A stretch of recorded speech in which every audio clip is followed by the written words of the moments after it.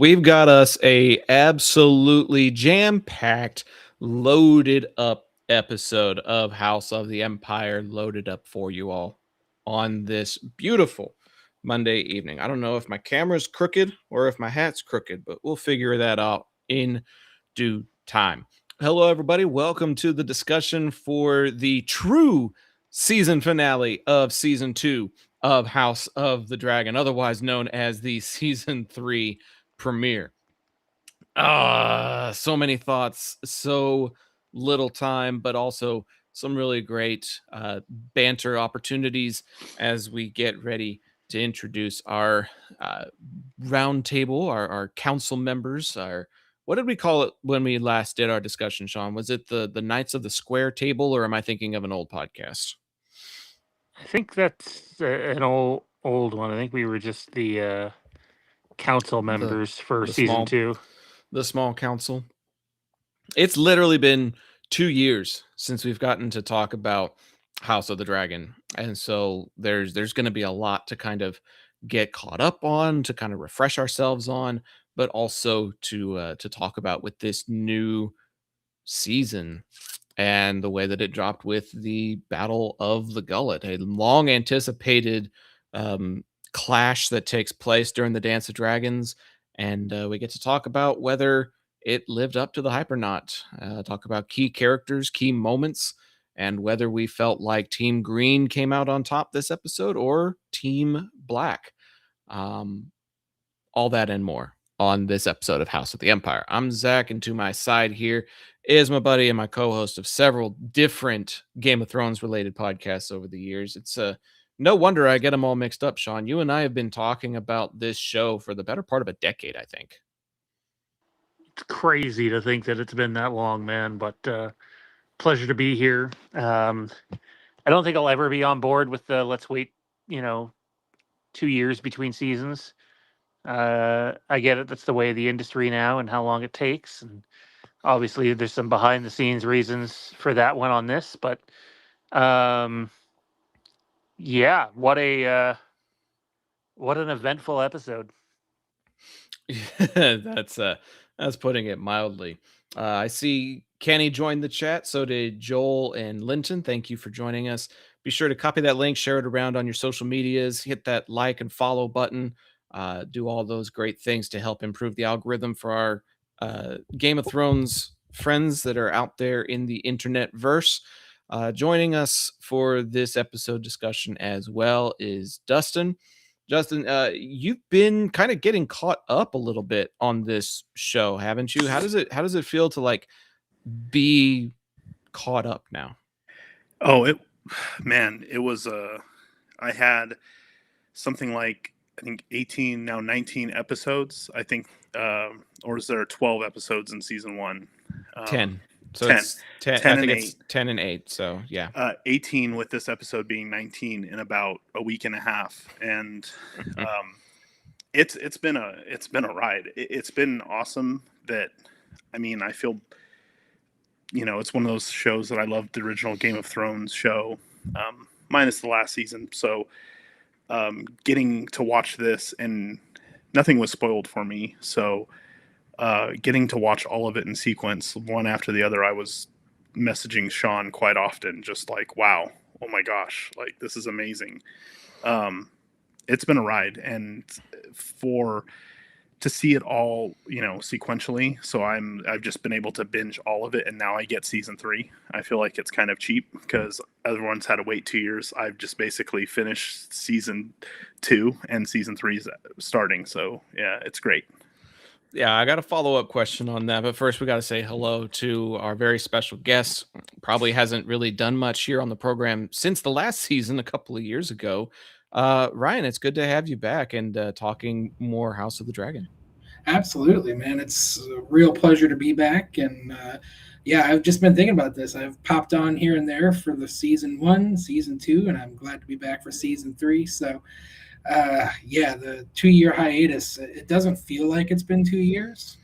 But as I kind of noted as I was watching last night's episode, I felt like I needed to get my bearings back because I was like, okay, what did I watch 2 years ago, and how does it translate to what I'm watching tonight? So, in a way, Dustin, I am jealous that you got to binge the seasons leading up into this, so you were like fresh and ready to go. Because it did. It took me a little bit to say, okay, all right, this is where we were, this is where we're going. And Zach, you touched on it, man. This was the season 2 finale. I'm kind of annoyed that we had to wait 2 years to see this, because this thing should have been, in the bin a couple of years ago. But it was a great episode, and I'm got my fix, and I'm ready to get into it tonight. Yeah, I'm gonna circle back to that for just a second there, Ryan. But I want to go back to Dustin just really fast, because the one thing that the three of us don't have the luxury of, that you do have the luxury of, Dustin, is how the season 2 finale communicates and translates to this season 3 premiere. Obviously, there were a couple of years, over a year's worth of shooting and principal photography and all that sort of stuff that went into filming this particular episode. Did any of the actors look older? Did the storytelling flow correctly? Like, how did the 8th episode of season 2 translate and bridge the gap into this first season of episode 3 for you? I mean, I Or think season 3. Yeah, I mean, I literally watched season 2, episode 8, and then immediately went to season 3, episode 1, and it actually coincided perfectly. Like, watching that episode and going to this, it felt like just another episode of season 2. All the character, the aging, I will say, in season 2 kind of was abrupt at some times. So with some of the changes and the time jumps, that was messing with me a little bit. But since they've kind of slowed down in the time jumps, or with the time jumps, they're not having to switch actors, I didn't notice anything where I was like, oh, this person looks considerably different. And I felt like they lined up all of the starting points of season 3 to the ending of season 2. So it felt like a perfect jumpstart into this episode. And having watched this episode,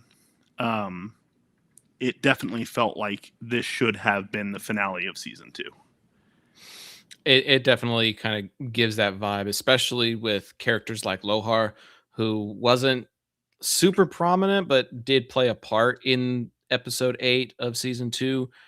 Plays a much bigger role in this first episode. So I feel like Lohar was probably supposed to get like a bookending, episode series, Right. or a story arc or something like that. Didn't get it. And breaking it up like that kind of made me forget about who Lohar was, and the motivation behind the character and that sort of stuff, and had to kind of relearn it a little bit as we went along. I'm gonna Yeah, I pose think it's, this. Go ahead. I was gonna say, it's definitely been it's helpful to be able to just watch it all in sequence, where I don't have to go back and go, hey, what was that Mhm. plot thread? What was that story element? Where were they going with that? It's just fresh in my mind. So it's like, okay, I know these characters. I don't need to go back and say what happened with this character, or who was alive, or Mhm. what happened. So for me, just a different experience. Yeah. It's been interesting. Yeah. Yeah. This is going to be a question for the other two that did have to suffer for those 2 years. What kind of prep did you have to do to get ready for this season 3 premiere? Did you do any rewatches? Did you do any YouTube videos to kind of get you caught up? Any recaps, reminders? Like, what did you do before you watched season 3, episode 1? I Or did think you? I think I rewatched House of the Dragon season 1.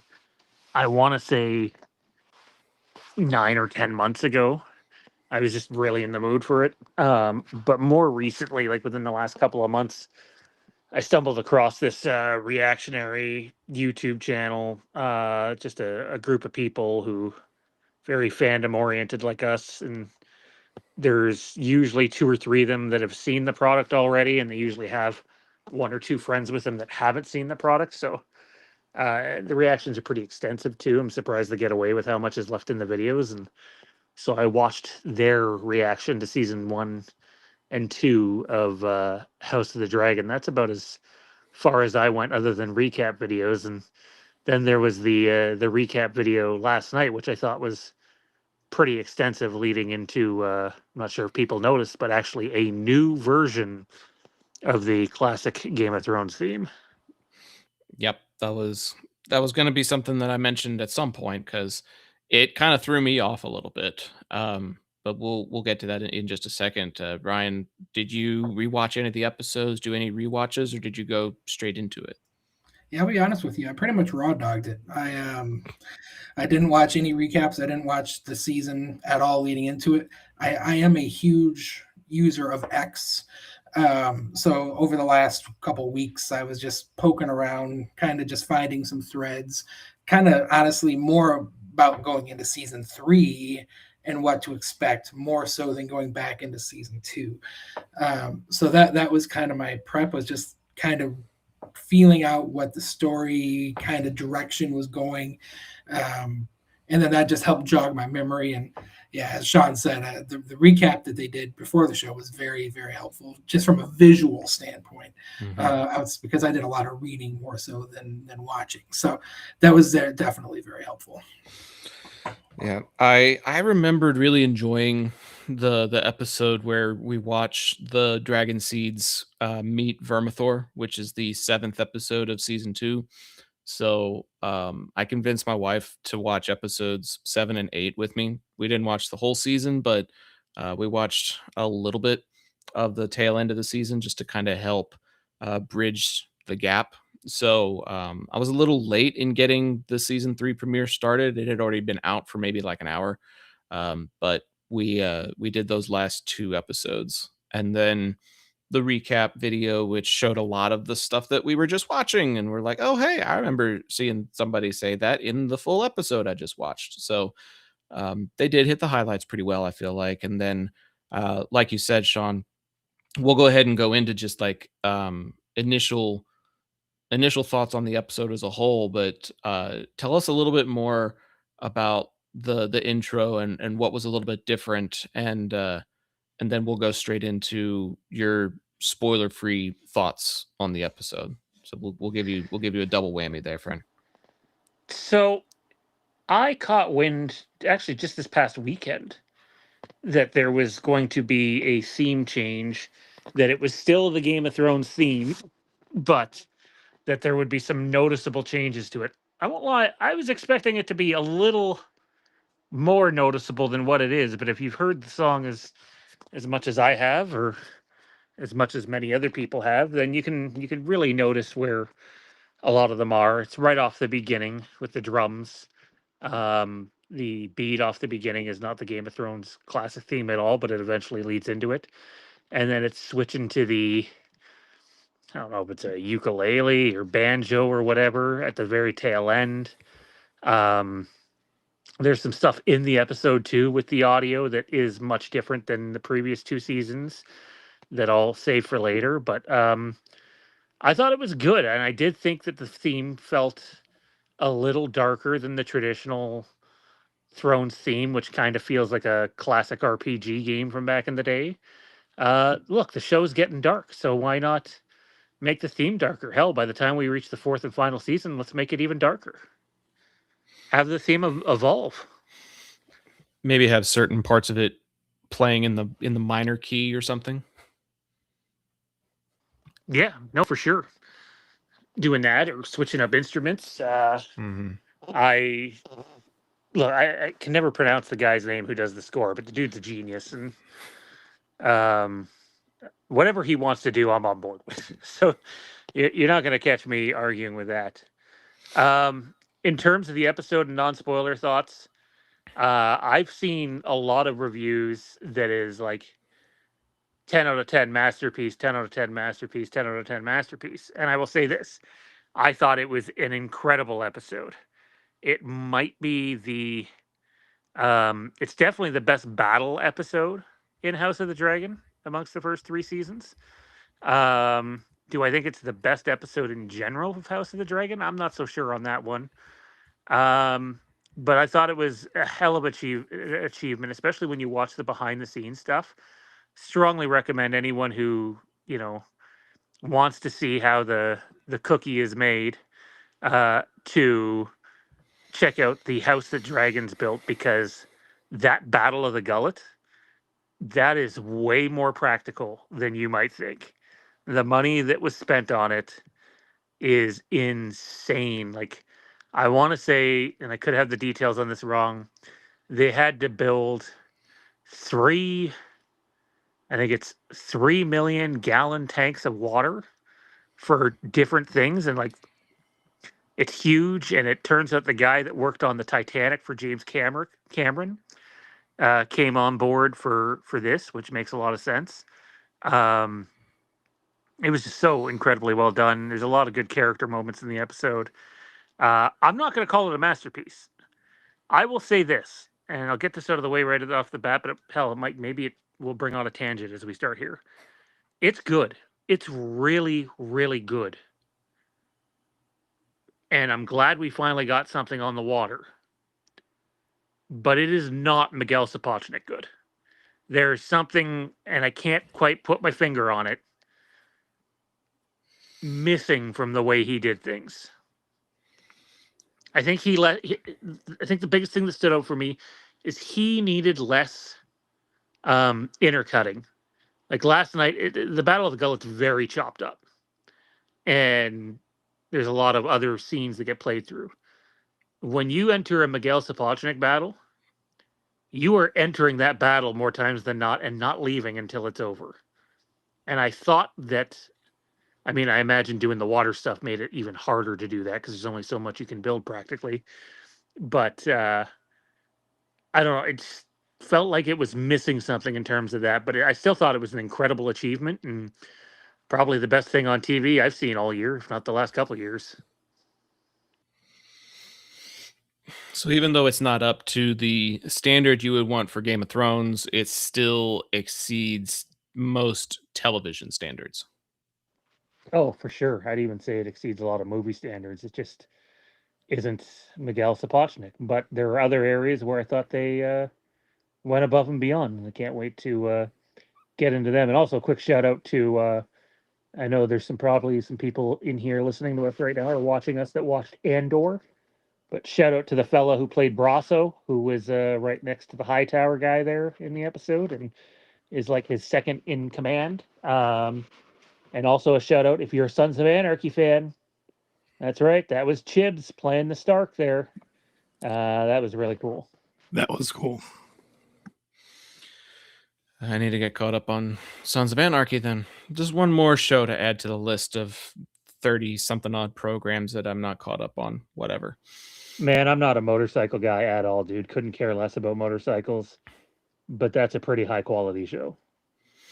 I've heard good things about it, but I mean, I've heard good things about Better Call Saul. I've heard good things about Veep. I've heard good things about a bunch of shows and just never gotten around to them. So, Invincible is one I've been meaning to get to. The Boys is one I've been meaning to get to. I'm not caught up on Rings of Power. Like, there's a shit ton of stuff out there that I'm not up on. And I got to openly admit, I probably won't be for some time. So, is what it is. Dustin, your spoiler-free thoughts on the season 3 premiere. I think it was great. I'd put it up there with the top 2 or 3 episodes of House of the Dragon. I just maybe also recency bias because I watched as I've alluded to, I've watched all of it in a row, and season 2 didn't have. It had a few moments of some clips of some battles like interjected, right? But for season 3, for it to come out and just blow the doors off and give us so much action, so much story elements, and some big surprises right off the bat.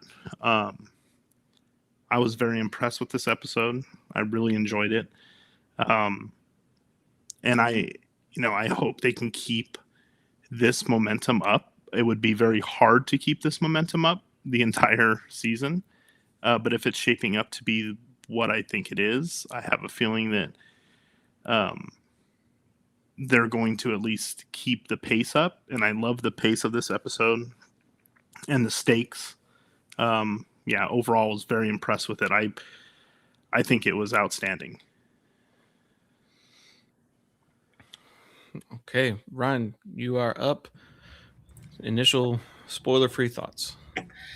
Yeah, Sean, and I agree a lot with what Sean said. My first reaction to the episode was it was too busy.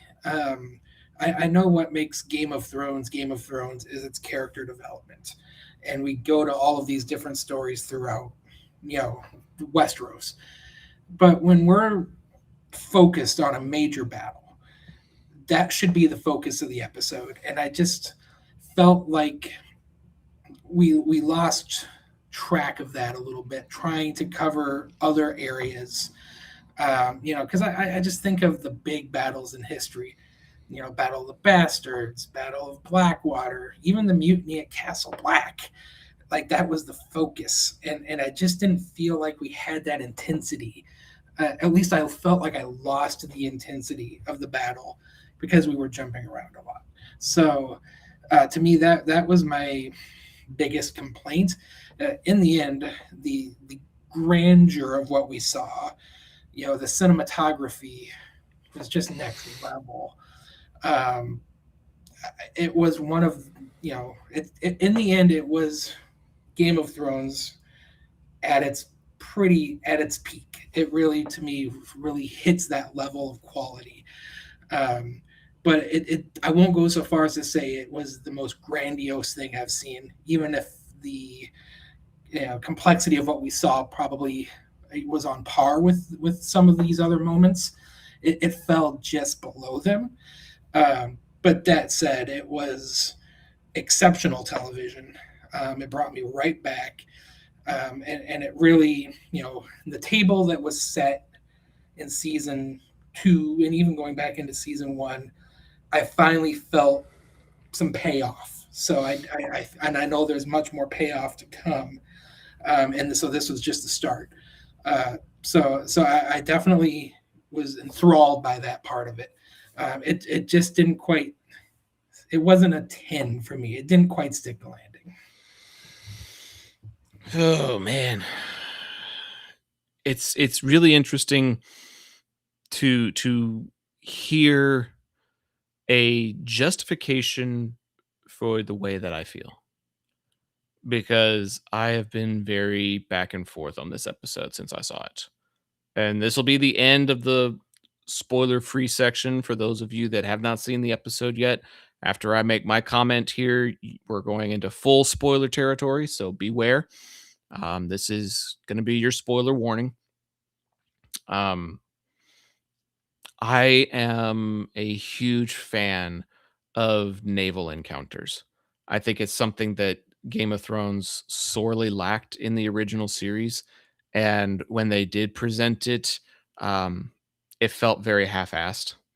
And so I was really looking forward to the Battle of the Gullet because of the stakes that it had, because of the things that it connected to for the rest of the Dance of Dragons, and because it was going to feature ship on ship warfare instead of just using ships for transport or whatever.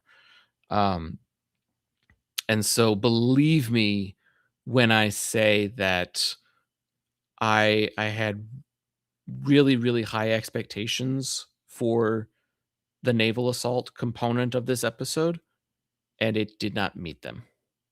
And that was a bummer. And it's even more of a bummer learning about all of the practical effects that they used and all of the liters of water that they used, and the fact that certain characters were choking during some of their scenes in the water, like they were trying their damnedest, and practically half drowning while trying to shoot their scenes because of all the big armor that they're trying to avoid sinking in. um, there was a lot of effort. There was a lot of effort that I fully acknowledge and appreciate now that I've seen all the behind the scenes stuff. But in the moment, the execution was not there. The execution of the shots, the editing, the camera angles, like some key components that you need for a naval battle just weren't there. And when you spend that much money on that big of a set with that many extras and that big of a budget, I just expected a little bit more from it. And it's a bummer that we didn't get that. Um, I really thought the Battle of the Gullet was going to focus on the body of water that was between the Stepstones and Westeros. And we ended up focusing on a little passage that's closer to Dragonstone. We ended up putting some attention on High Tide. We ended up putting our attentions completely off the battle and then coming back, like a couple of you guys alluded to.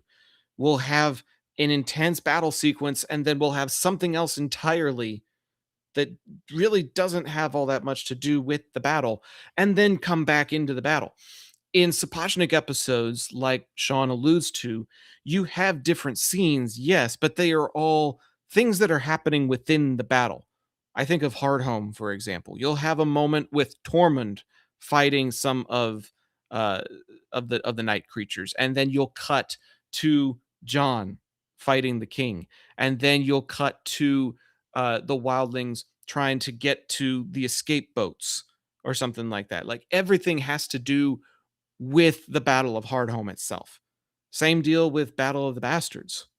You know, you'll have Jon Snow getting ready to take on, you know, the entire Bolton army, but you'll have other elements of other characters that are also fighting that battle, and those are the other things that you're cutting to. They should have been cutting from ship to ship.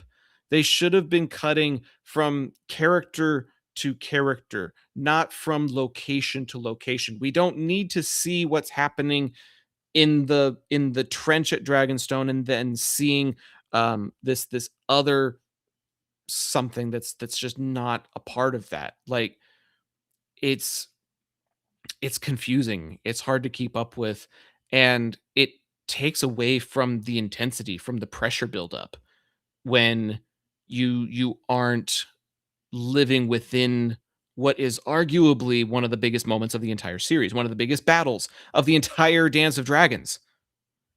And the episode was edited like a director that had ADD. It's just, oh, I just remembered. I thought of this. Here, I need to show you this. I just remembered. I need to show you this thing over here too. By the way, this character is doing this over here. Here, take a look at this. Like, no. And the simplicity of staying within the moment was lost in this episode to me. And I think they ended up doing more than they needed to. And it was still a good episode. It was still well made. It was well acted. You know, the actors did what they were supposed to do. But as a whole, I think they missed the mark on the post production, on the editing, on some of the shot selection. And it it I wouldn't say it fell short, but it did not meet my expectations. And that's a real bummer to say. So those are my kind of hybrid spoiler free, spoiler ish thoughts. I'm going to be delegating the conversation for pretty much the rest of the discussion. So I just had to get that off my chest before I dove back into moderator mode. Well, I'll say this when we're on the Battle of the Gullet, since you covered it so incredibly well. And I don't know this for fact. It's just a guess in terms of having knowledge of the movie making or TV making process. Um, I think they more than likely cornered themselves. Because when I think Battle of the Gullet, you're thinking this big naval battle that's supposed to be super large in scale. And other than some, far away shots where the focus is the dragon, it does not feel large in scale. It feels like a small battle. It looks incredibly well. It's done incredibly well. Um, but it's almost like they didn't have enough. And when you watch the house that Dragons built, they really tried their best to use as little CG as possible. Like, now, mind you, they're on blue screen, but the water you see is real. The water they're falling into is real. The ships are real. Hell, even the ship being crashed into was real. But I think because it was a lot of, they had a few ships, and then you're doing just like a lot of compositing. I think when you commit to something to that scale, the scale that I think they wanted to begin with, you have to be willing to go the CG route. Not entirely, but you need to be willing to, open up. I won't say the purse strings because I know the budget for this is insane, but you need to be willing to do more CG than that in order to add to the scale and scope of it.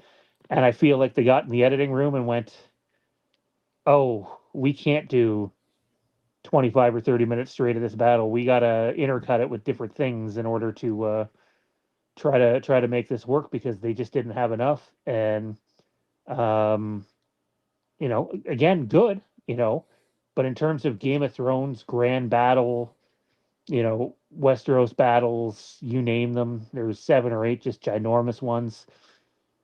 It's probably towards the bottom of them.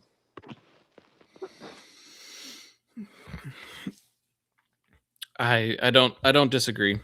As far as like battle sequences go, this one's not as up there for me. But what's funny is we've really got this one and the Battle of Rook's Rest. And that's pretty much it for this particular series. And I would dare say that maybe this might be a hot take, but I think maybe Battle of Rook's Rest looked visually better than this action set piece did. And that may be a bit of a hot take, but the way that it was shot and the way that it was executed and the way that it was edited had me more engaged with what was happening on this battlefield in this moment more than what happened on the gullet. But let's talk about the Greens for a little bit from their point of view for this episode. Alicent in the season 2 finale is conspiring with Rhaenyra in order to turn over King's Landing as soon as Aemond leaves for Harrenhal. This episode opens with her realizing that Aemond's going to stick around and all of her plans have pretty much gone to shit. And what does she do now? And for the most part of the entire episode, she's kind of scrambling to try to find a way to make things work, trying to find a way to have it all, which is basically what she's been wanting to do since season 1. She's wanted to have her cake and eat it too, and she's still trying to make that happen in this episode. We see Aegon with Larys, and we see some of Larys's true colors. We see the Lannisters encountering both the Starks and the treacherous Triarchy, both of whom end up sabotaging them more or less, kind of doing some stuff that gets them in an awkward pickle. We see the Hightowers getting ready to march into deeper parts of Westeros, and then they hold back at the last minute. So Ryan, I'll start with you. We'll go kind of counterclockwise. What did you make from the Greens in this episode? And, any particular moments or characters that stood out, anything that they did that may have like advanced their cause in any way in this episode? Listen, I'm going to be honest. I don't think they advanced their cause very much in this episode. The Greens are really dysfunctional right now. I mean, I know you just kind of gave the overview of the situation here, but listen, Aegon is running. He's no longer king. He's with Larys, and they're making a run for it. Alicent is basically treacherous. She's basically committing treason to overthrow her own son, to end the war. Aemond is a creep, but also a scared little bitch. I think he realizes he's, not in a position of power right now, and almost freezes up, like he's just scared to leave King's Landing. And then, yeah, I mean, the Lannisters, well, two Lannisters are dead. At least I'm assuming they're both dead. Maybe one survived getting thrown overboard. One for sure dead. Yeah, one for obviously. sure dead, and maybe the other one, I would assume, but maybe we'll see him come back. Um, Listen, this was a bad episode for everybody. And while the Greens didn't face as significant of a loss as the Blacks, I really feel like their hold on their position is treacherous at best. And right now, I think they are. Oh, and I want to talk on Sir Cole.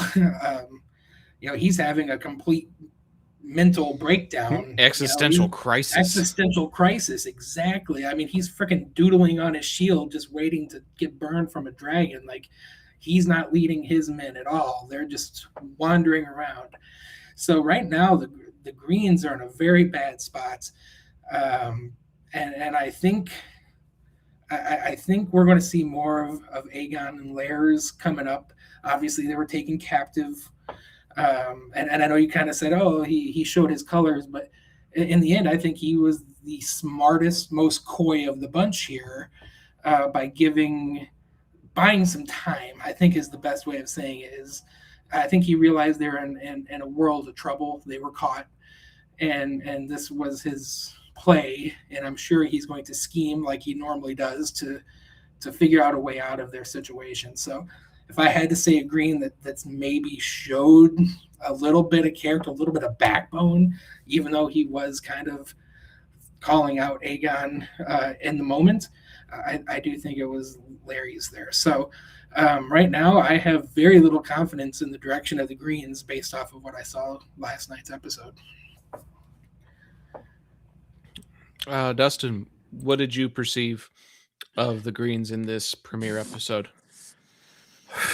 Yeah, I mean, they have the numbers, and it seems like they have all the right pieces, and to the point where the Blacks are like, okay, how are they? I mean, they have the dragons, right? So that is the great equalizer.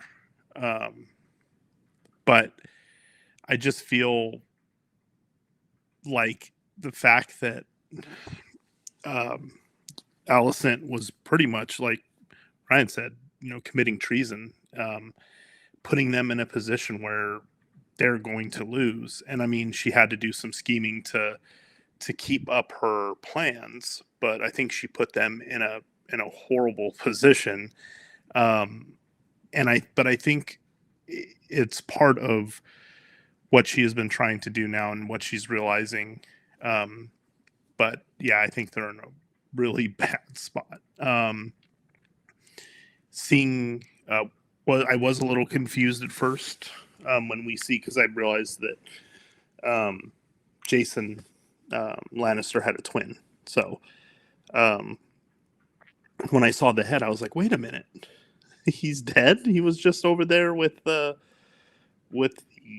other group trying to get the Triarch, or was it the Triarchy? Yeah, the Triarchy, to join their cause to break the blockade. So I think they had some pretty big losses. I still think the other side had more, and we'll talk about that next. But yeah, overall, they're in a bad spot. Sean, it's interesting to hear like these thoughts that they're in a bad spot, but the Blacks aren't really in a great spot either. Let's start with Team Green, and then we'll start with you for Team Black. Circle back around the other way, but I think the type of existential crisis and the leadership crisis and stuff for the Greens, combined with the physical toll that this dance of dragons is taking on Team Black, is very appropriate for a civil war, wouldn't you say? Because if you look at even the American Civil War, there were heavy heavy losses on both sides, and it was family against family. Like they're taking a lot of inspiration from our own history to an extent. Um, is it fitting? Is it like a cruel irony or a poetic storytelling to see that really neither side is winning at this point? Yeah, it's a war that probably shouldn't be fought. And, all I could think about is even though he's not in this episode, and I'm super, super biased because it's my favorite character in House of the Dragon. Um, and I don't have the exact line in front of me, and I should have researched it. But I think back to the pilot episode of House of the Dragon when Viserys is talking to Rhaenyra, and I think he says something along the lines of, "The idea that we control the dragons is a lie." And I thought that was once again, for at least the second, possibly third time in the show, was on full display. And there's consequences. This is why you don't fight wars with dragons. Like how many of their own ships did man, what's the dragon's name? The one Sheep with stealer. sheep stealer. How many of their own ships did he burn? Right? I counted it. I Yeah. counted at least 3 or 4. Like yeah. So there's internal conflict going on. There's inner division. Leadership questions on both sides. Desperation coming in, much like in real history. All sorts of stuff going on, and like you have Aegon on the run, which I wasn't sure I would care at all about Aegon and Laris on the run. Like their stuff would just kind of fall flat for me. But I actually thought their one scene there where they get caught was so incredibly well done and full of chemistry. Um, the other thing this show has done, if we track history here, is in the pilot episode, we get Viserys's wife, who, Viserys has to make the decision to cut her open to try to save the baby, and they just fucking full on show that, and that was the talk of the internet. And then in season 2 premiere, we have is it Jacaerys who gets beheaded by Blood and Cheese, and that was the talking moment of that episode, just in terms of like social media. And it doesn't take a genius to figure out what the talking moment was of last night's episode on social media. And hint, it wasn't the Battle of the Gullet, more like a twisted 70s porn thing playing out on screen. And let me tell you, it never ceases to amaze me the fact that Westeros content finds a way to make me sit there and go, "Ugh." So I do have thoughts on this one that I'm gonna chime in for a second and then step back into moderator mode again.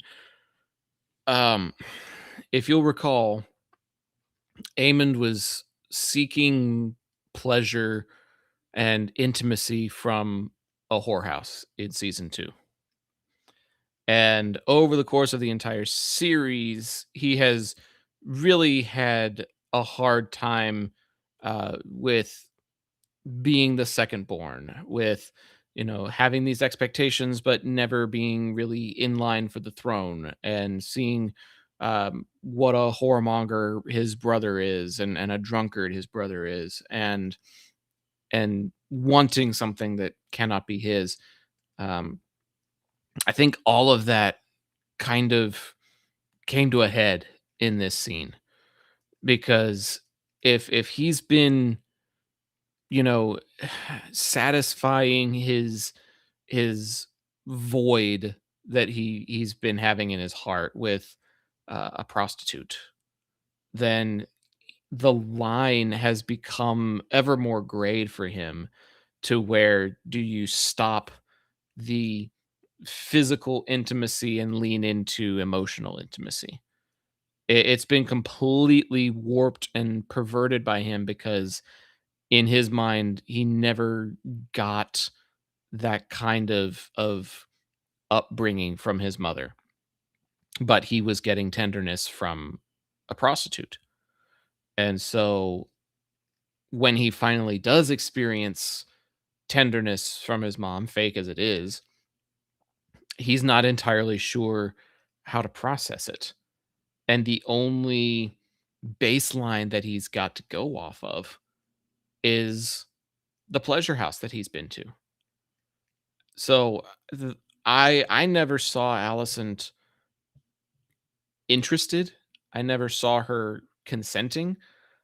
I saw her as scared and overpowered and unable to really respond the way she wants to because she's not in that place of influence to calm Eamon down or to correct him or berate him, chastise him, whatever the word is you want to use.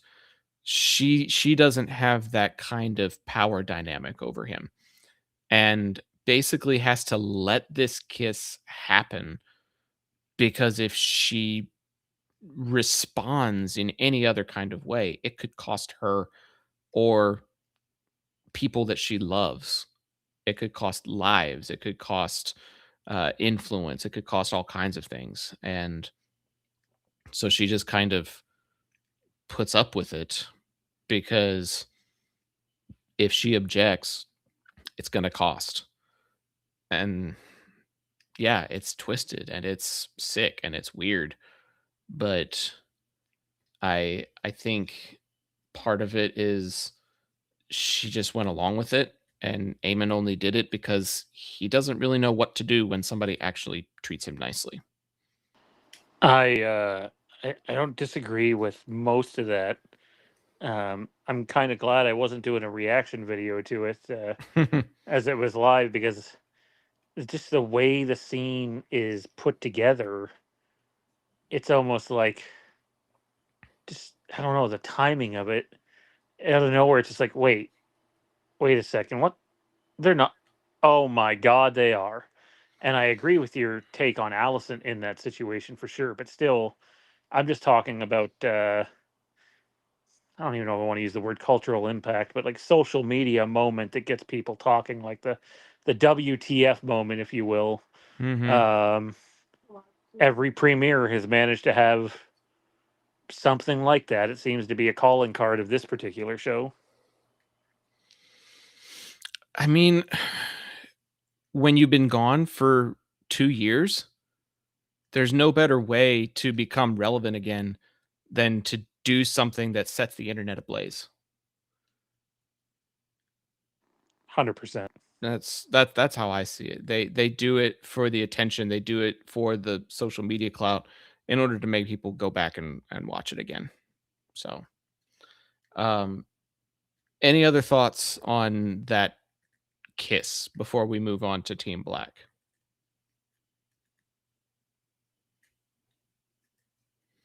Any other points of view? Any other thoughts on was I never saw it as consensual. Can we all at least agree that it was not a I consensual kiss? 100% agree.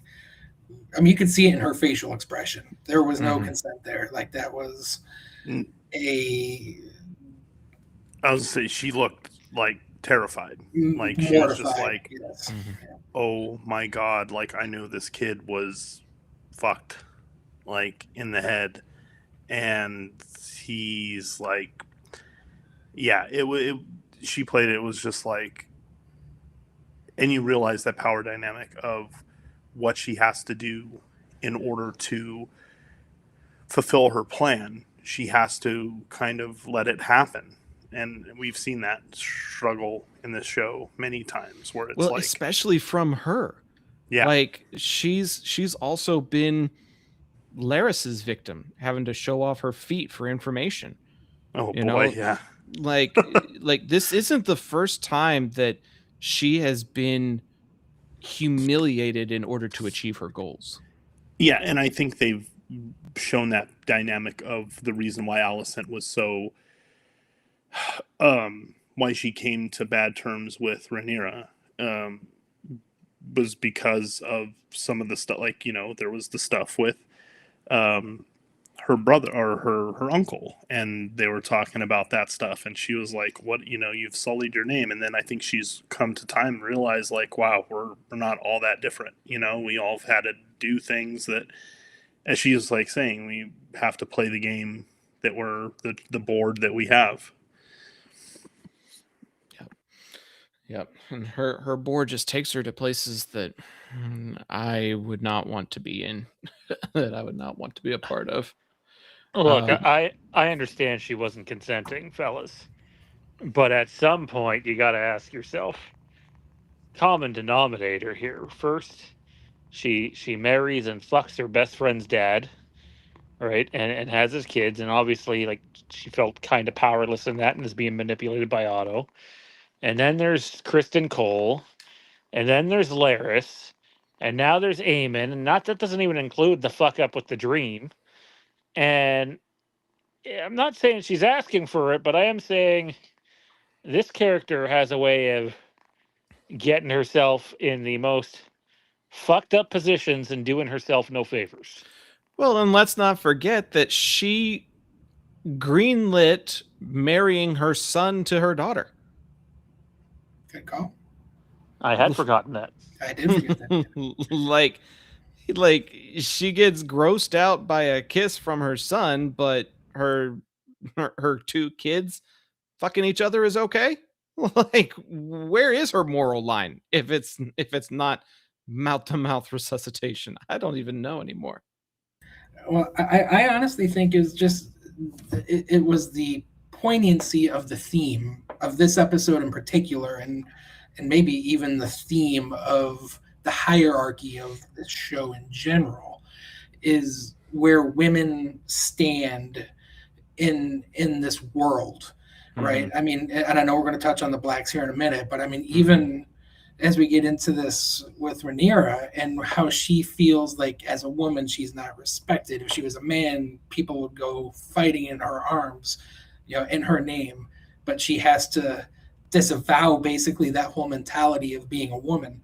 And even this, and I see this with Alicent, is just her role is to be sexualized. I think women in general, as we talk about the whorehouses and how they're treated, throughout the history of this show, is to be sexualized, and that is their role, and that's how they manipulate. That's their power in this.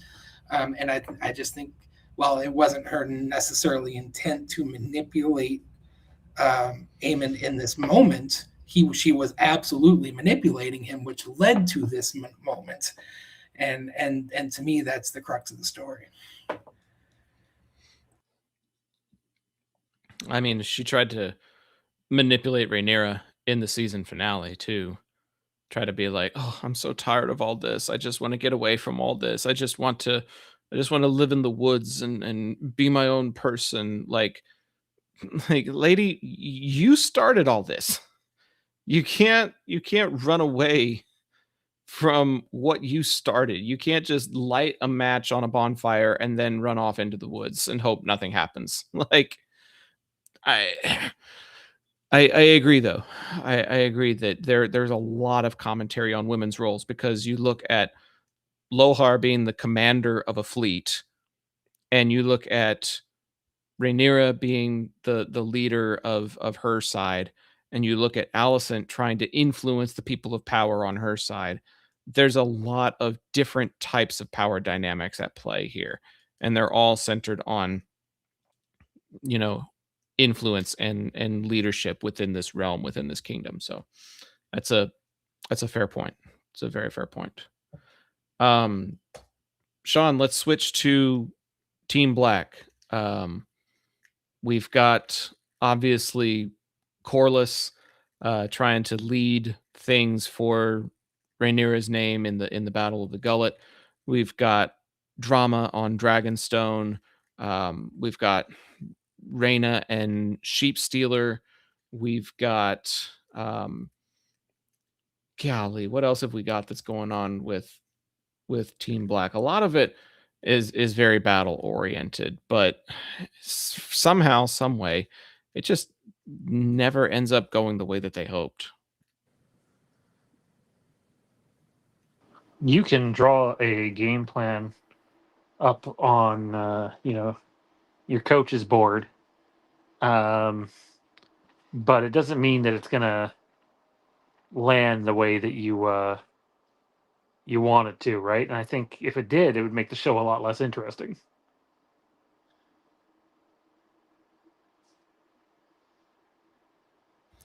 Yeah, I mean, if everything always went according to plan, then uh, it would it would probably make for a boring episode or a boring show. So I mean, you also get to the point where it's like they have practice, the dragons at Harrenhal when they're waiting for Aemon to show up with Vagar. yeah. It's like what in that case, which was kind of a weird scene because I was like, wait, so they like showed some kind of like entity that showed up, and then there was the witch was there, and I thought the witch was like trying to, or what's her name was there, and I'm a witch, and she's trying to help Daemon, and so it's like, oh, you're needed over here. Well, I guess she did foresee that it was going to be needed there because he wasn't coming, but you can't just call someone up on a cell phone and say, hey, they're not coming. So, they're like that dilemma of what do we do? Do we go? Do we stay? Do we do our duty? Where are we needed? So I thought that was interesting, that whole aspect of like, you have 3 dragons here. What are you going to do if he doesn't show up? Yeah, I'd almost forgotten the 3 of them waiting to ambush Vagar and then nothing coming of it. That was interesting, and then Daemon getting reinforcements from the Starks. They have come to die for the Dragon Queen. They're going to march through the Riverlands and make an impact pretty quickly, I feel like. So that'll be another interesting component to see in coming episodes. But it's still another one of those things where no matter how much impact they have, these characters end up facing a lot of destruction. Corlys loses his fleet. Rhaena abandons her post. Those 3 dragon riders are feeling useless, like they don't have a purpose at the moment. There's a lot of tension on Dragonstone, especially between Jace and Rhaenyra. Which Black storyline did you feel like you were following the most intently, Justin? Was there one that stood out above another? Dustin, I'm sorry. Why do I say Justin? That's okay. I think it had to be Jace on the dragons going and disobeying his mom and basically committing treason at that point and locking his mom away. Just because they have been building that, his, butting heads with his mom the whole almost entire season 2, and where he's like, hey, I need to get into this thing, and seeing what happened. I mean, are we in the spoiler section, or can we okay, Yeah, we're full spoilers. Yeah. So Yep, we're in spoilers. what I think the kiss was the thing was like whoa, okay, we're going here. But there's so many of those moments in Game of Thrones where you're like, wow, this is awkward, or this is kind of weird or creepy. But what happens to Jace and the dragon, like, just how bad you feel, but also like you knew this was going to happen because you talked about this, Zach, that the Greens would do stuff that put them in a precarious situation. And then the Blacks couldn't capitalize because they did something stupid, or they would do something that was miscalculated. And it was just like, and I think what you brought up earlier about and Sean, about using dragons in warfare, how unpredictable they are. They're dragons. They're going to do stuff that you're not expecting, or if something happens, like we saw with Sheep Stealer, and just going like that. I mean, I don't know what Rhaena was doing there. Like, it's like, hey, I'm just going to show up and this dragon that I've barely had any connection with, and it's just like, oh, burn everything, kill everything.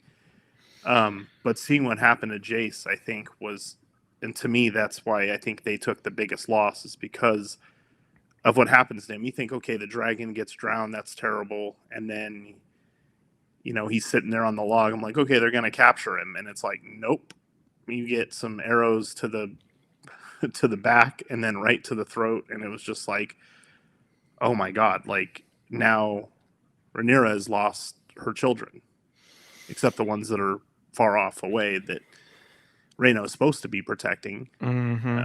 So it's just a constant like reminder that when the dragons are brought into warfare, nothing can happen. Nothing is straightforward, and tragedy is befalling both sides equally. Yeah, I see this. I'm a big fan of the Revolutionary War, and I see this almost as the Battle of Bunker Hill. It was hard fought, and there were terrible losses on both sides. Somebody eventually had to win, and technically it was the British. But they lost some critical leaders at that point, and it took them a while to gather the proper reinforcements to mount any kind of future assault. And the Americans, while they surrendered the hill and lost some people, they made a statement that they were a force to be reckoned with, just from that one encounter, even without Washington assuming command. I'm going to step back from my one of my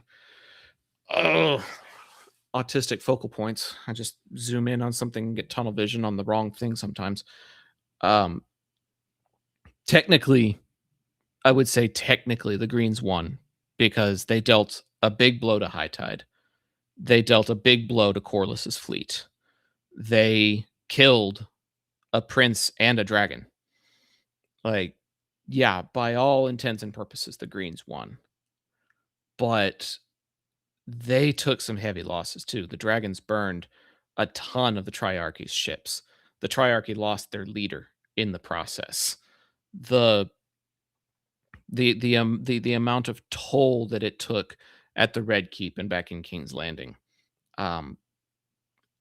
I have a hard time saying that the Greens won this episode because both sides took losses, if we're truly honest with each other. Both sides suffered through things that are going to severely impact future episodes.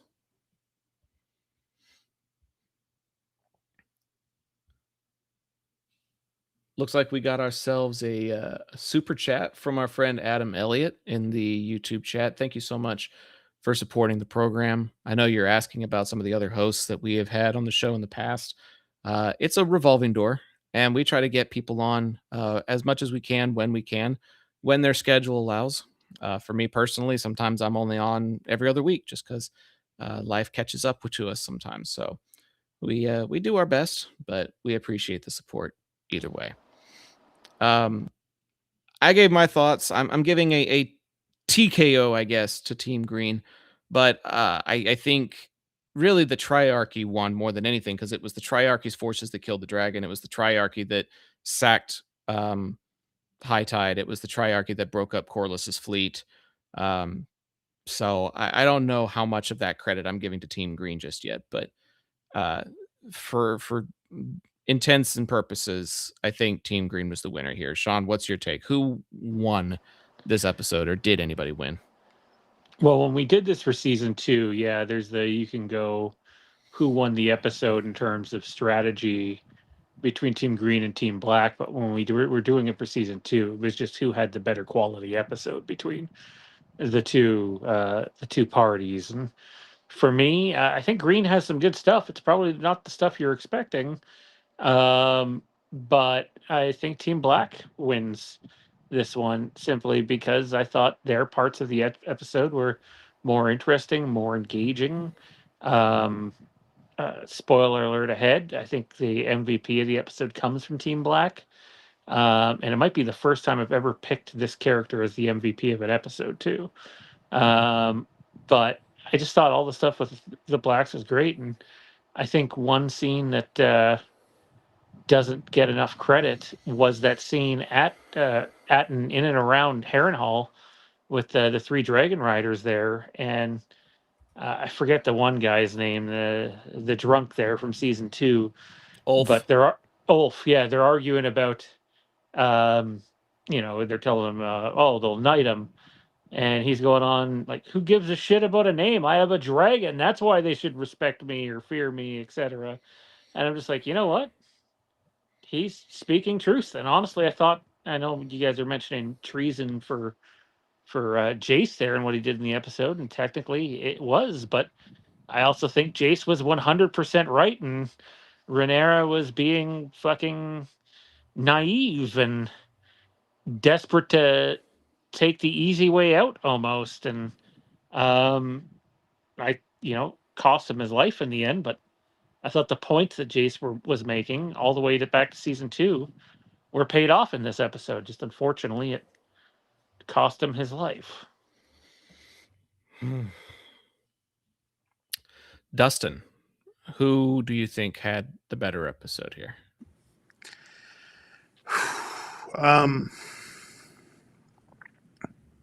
I would say the Blacks for sure.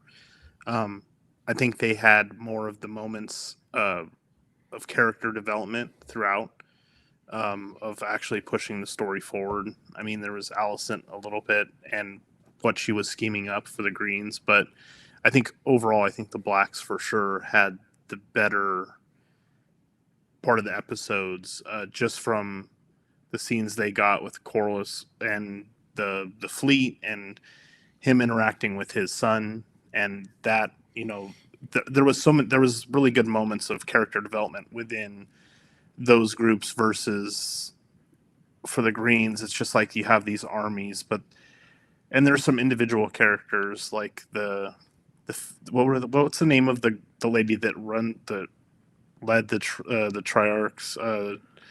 Lohar. But they also called her something else, and I love that moment. Well, her ship is the Bitch Fist. The bitch fist. Yeah.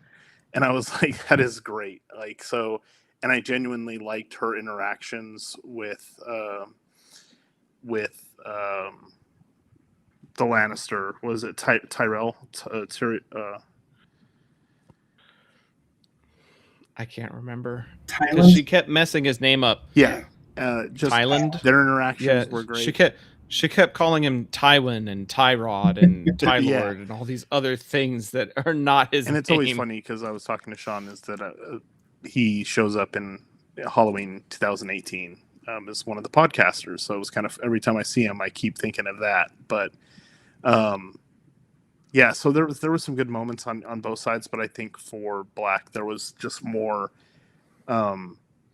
character interactions and some of the stuff that I enjoyed watching more, versus the Greens. It was just like, okay, we're gonna move the army here, or stand fast, we're not gonna move, we're gonna stay here for 3 days, or like there was the stuff with them going to Coral, what was it?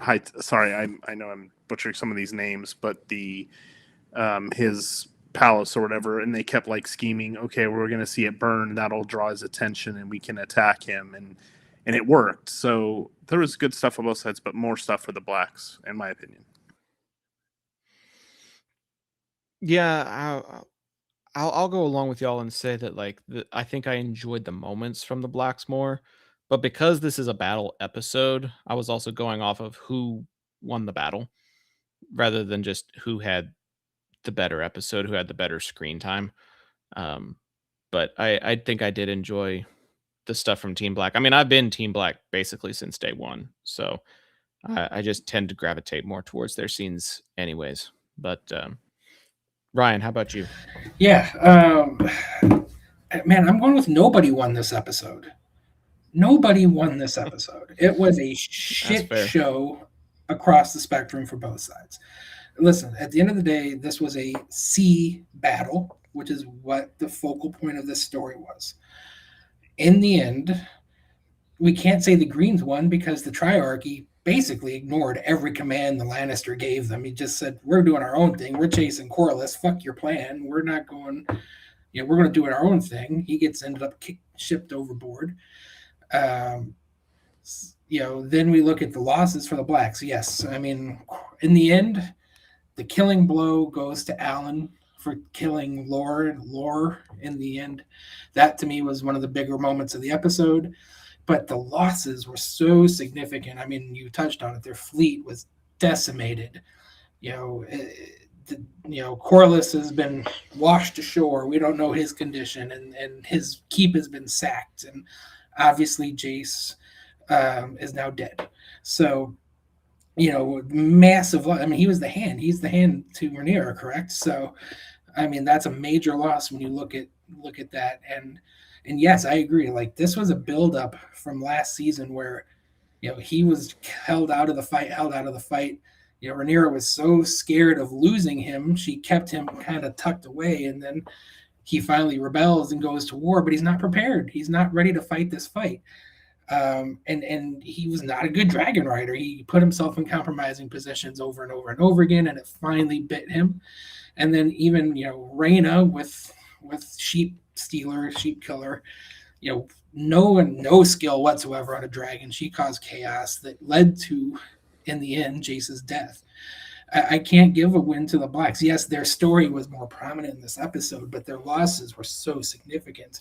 And the Greens, as I touched on earlier, were just completely rudderless right this second. So I can't give them the benefit of the doubt in this situation because the Blacks kind of took care of themselves in this situation. And in the end, the Triarchy won this episode. I want to say the Triarchy won this episode. And I was giving a TKO to the Greens because they hired the Triarchy, but you're right. Once they made it over to the Stepstones, they just started doing their own thing. They had a vendetta against Corlys and didn't really care about what happened to Dragonstone or to the Red Keep or anything like that. So yeah, the Triarchy definitely ate in this episode. Their weapons, their fighting style was brutal. They had really cool boarding party moments where they ram another ship and then kind of swing everybody in on like a rope swing to be able to board. Felt very Pirates of the Caribbean in that moment. And I think that might have been some of my favorite stuff was from them. It just stinks that there wasn't more of it. that was some of the best stuff. Character MVP. I'll give y'all a second to think on it because I think it's pretty easy to pick like who our least valuable player was. It's probably somebody like Reyna. Like, why are you even here? But was there somebody that had the most impact? Somebody that did the most? Somebody that had the biggest impact that was just like the character of the episode? I could even see Laris as a candidate because, like you were saying earlier, his guile, what he was able to do to extend his life by a little bit. Some people are equating him to Littlefinger to a certain extent, just because of the way that he plays the game and manipulates. So, any thoughts on who the most valuable player of the season 3 premiere should be? I have a pretty set answer to this, and I think it is Allen. I think Allen is the MVP of this episode. Yep. His character development with Corlys early in the episode was really good. We saw Corlys apologize, which we know is not something he does. That's a big often, deal for him, right? If ever. And then we saw Allen lead the troops, right? He was the prominent general on his boat. And when we look at the end of the battle, when all the dust was settled, I don't know who actually won in the end, who had the most ships left at the end of this battle. But I think it was Allen's leadership that directed them to the killing blow against Lore. He obviously was the one that executed that killing blow, pretty much putting the Triarchy down. I think his character was the one that advanced the most in this episode, and he had the biggest single moment in this episode. So for me, Allen is the MVP. I can agree to that. That's 2 votes for Allen. Dustin, how about you? Yeah, I was actually going to say if it wasn't Corlys, it was, and he kind of faltered there at the end when he got distracted. I think his idea to go through the channel to try to, get them to ground themselves on the rocks and then getting out. I think Alan had, like Ryan said, the most character progression, where he was talking to his father and explaining that he's in a tough spot. He's trying to do his duty that he's been given, but it's also his father. So I think he's grown very close to him in this time. I mean, he saved him in season 2. And then just seeing him and just continue to fight, and he's the reason why the Triarchs, they were able to lose, because he killed what's her name, Loris, Lohar, yeah. And that was great. And she was awesome character too.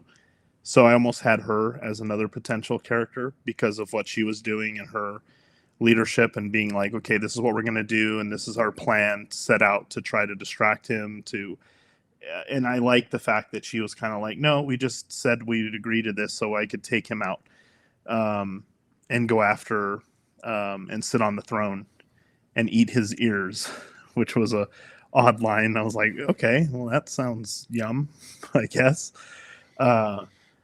So it was kind of a toss up between those two, but I think at the end, Alan, for sure, for me, was the best character. Sean, how about you? Alan was the the runner up for me. I thought for the first time ever in this show, and we're what now, 19 episodes deep, that Corlys was the MVP of this episode. The acting performance is terrific. When they're in his quarters, Alan's very, I would call it a little nerve-wracked, and yeah, very much. And Corlys is just sitting back, having a drink. And even after the fighting starts, he doesn't pop up right away and rush up there. Takes a sip of the drink and gets up, and he's filled with poise. And it's not till he sees his own his home there on fire does he get rattled. And even then, he gets back in the battle. Like, I've not been the biggest Corlys fan in the way the character's been handled throughout the first couple of seasons, but my God, did I have a lot of good to say about him in this episode. I thought it was. I mean, you could give it to Jace, you could give it to Alan, but I thought this is Corlys's best episode. You could give it to Ulf for the giant dump that he took in the woods. I mean, that takes a lot of bravery. He had some really funny lines, though. Like, he's like, the dragon will get you enough women. A castle would get me more women. He speaks a lot of truth, so you got to give him that. He does. He has no tact and no filter. One of my favorite / least favorite lines of his was in the season 2 finale, where Rhaenyra's like, a knight would present himself with decorum in front of his queen, or something like that. And he goes, well, you better make me a knight then. Like, damn, son. How do you not get your head chopped off for that kind of insolence? It's crazy.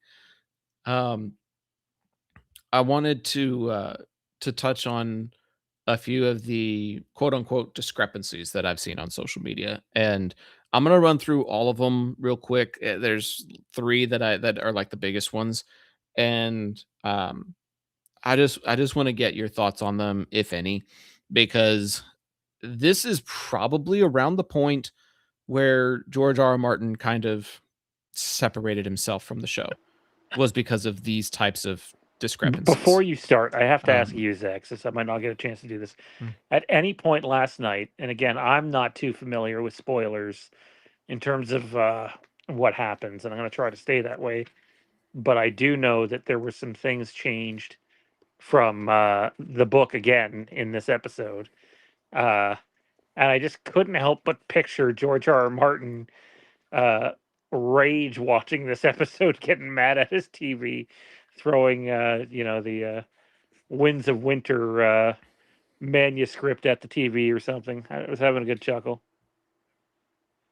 It's very possible because these are some pretty big deviations that can lead to some pretty big storyline changes in the rest of season 3. So hang on tight.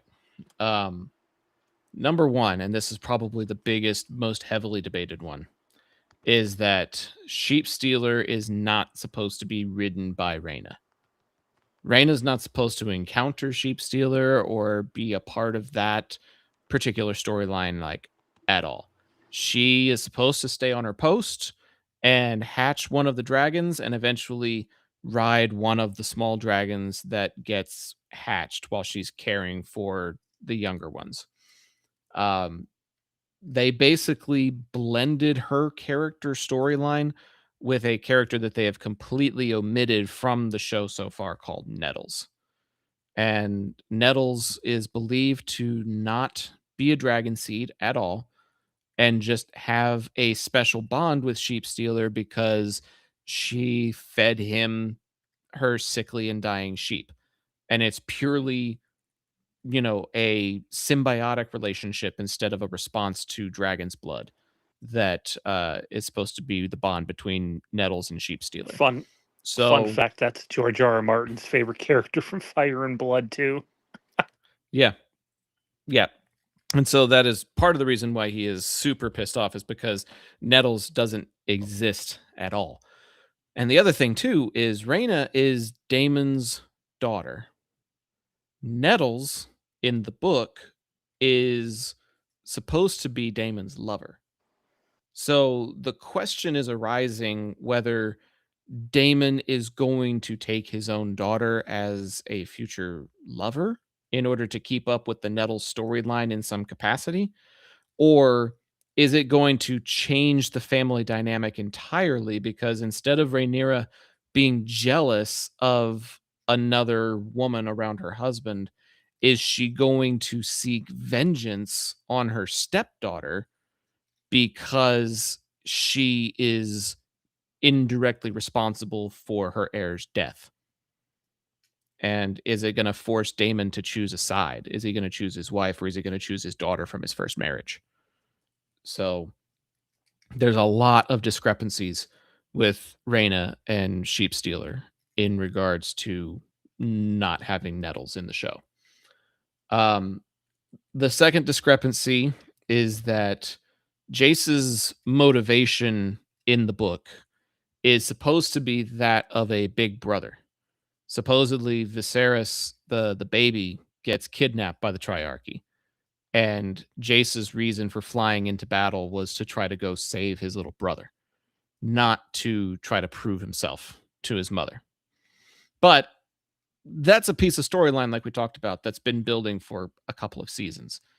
That's something that has been evident in this version of Jace's character. And so it kind of makes sense. But some people are upset that his character motivation is now that of a whiny little bitch instead of that of a valiant brother. And then one of the other discrepancies that I'm kind of on the fence about, I don't know if I care all that much. When Rhaenyra gets locked up in her tower, she actually ends up quoting a real world quote from Queen Elizabeth I, who said this to her army in Britain back in the 1500s. Queen Elizabeth says, "I know I have the body but of a weak and feeble woman, but I have the heart and stomach of a king." So some people are like, I don't know how I feel about bringing real world quotes into a fantasy world. And so that's been one of the other things that has been debated on socials, at least in the last 24 hours. Any thoughts before we move on regarding Rhaena and Sheep Stealer, Jace's motivation for going into battle, or them using a real world quote in a fantasy world? Yeah, I mean, the real world stuff doesn't bother me too much. There's a lot of inspiration that comes out in shows and movies based off of real world things. And I stand by what I said with Jace. I think he was in the right. I don't think he executed it properly, but I thought that he had a better idea of what was going on than his mom did, and ultimately paid for it with his life. And as for Reyna, like I don't know about you guys, I find her fucking annoying. I'd be okay if she fell a few hundred feet off her dragon.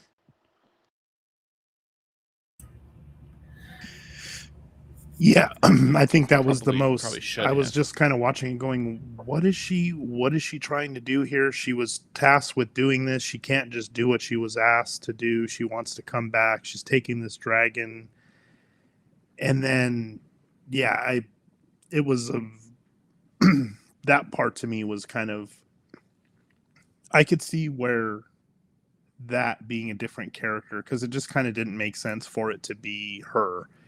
I can see where there would be some discrepancy there, but the real world stuff, no, that doesn't bother me. It's one line. It's not like they're ripping off. It's not like people are using lines from Fast and the Furious. Like I got friends, I have family, so it's that stuff doesn't bother me if it's done sparingly.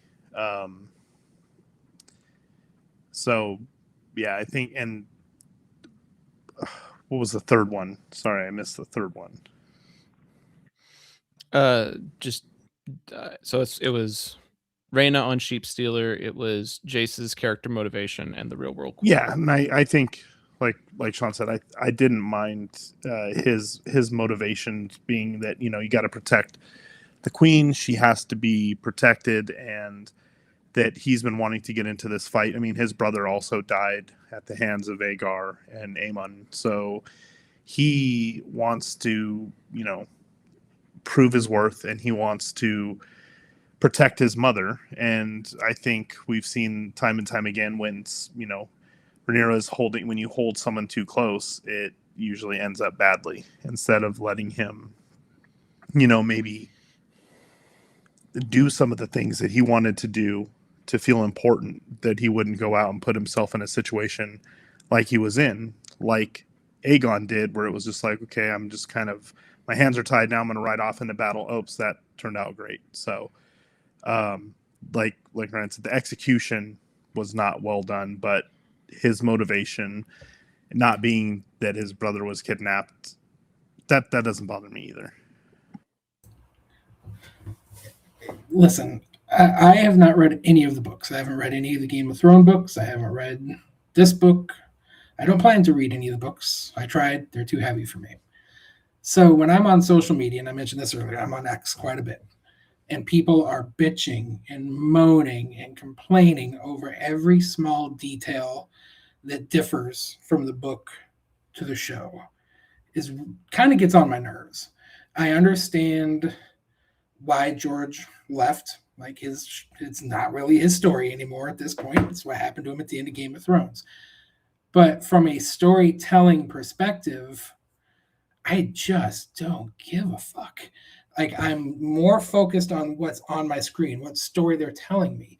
And listen, the Jace payoff here was from a half of buildup. Like, yes, it differed from the book, but this was something that was planned based off of the reactions and the relationship between him and his mother and how protective his mother was of him. So in the end, I felt the payoff was sound. Obviously, I didn't want him to die, and watching Vermax die and drown was super disappointing. And as a side, he should have gone down with the ship. I was really pissed he unclipped himself, but that's a side story. And then, honestly, when it comes to Rhaena, she just wasn't trained. Like, I understand she felt unimportant to Daemon, to the Targaryens, because she didn't bond with a dragon. And this was like her trying to prove herself that she finally bonded with a dragon, and it obviously failed miserably in execution. But it all started because she was trying to prove herself, and that the responsibility she was given she felt was beneath her. And we saw the circumstance and the outcome of that decision from last season that led to this one. So the storytelling we're seeing in the show is satisfactory to me. I understand it differs from the books. and I understand why there is visceral disdain from the purists. But as somebody that just wants good quality television, I feel I'm getting that. In the words of one Captain Barbosa, they're more just like guidelines anyway, right? Like it's source material. I'm all for changing it, and the only thing that pisses me off more than fans going on about it is how much George R. R. Martin has cried about it and created division amongst the fan base.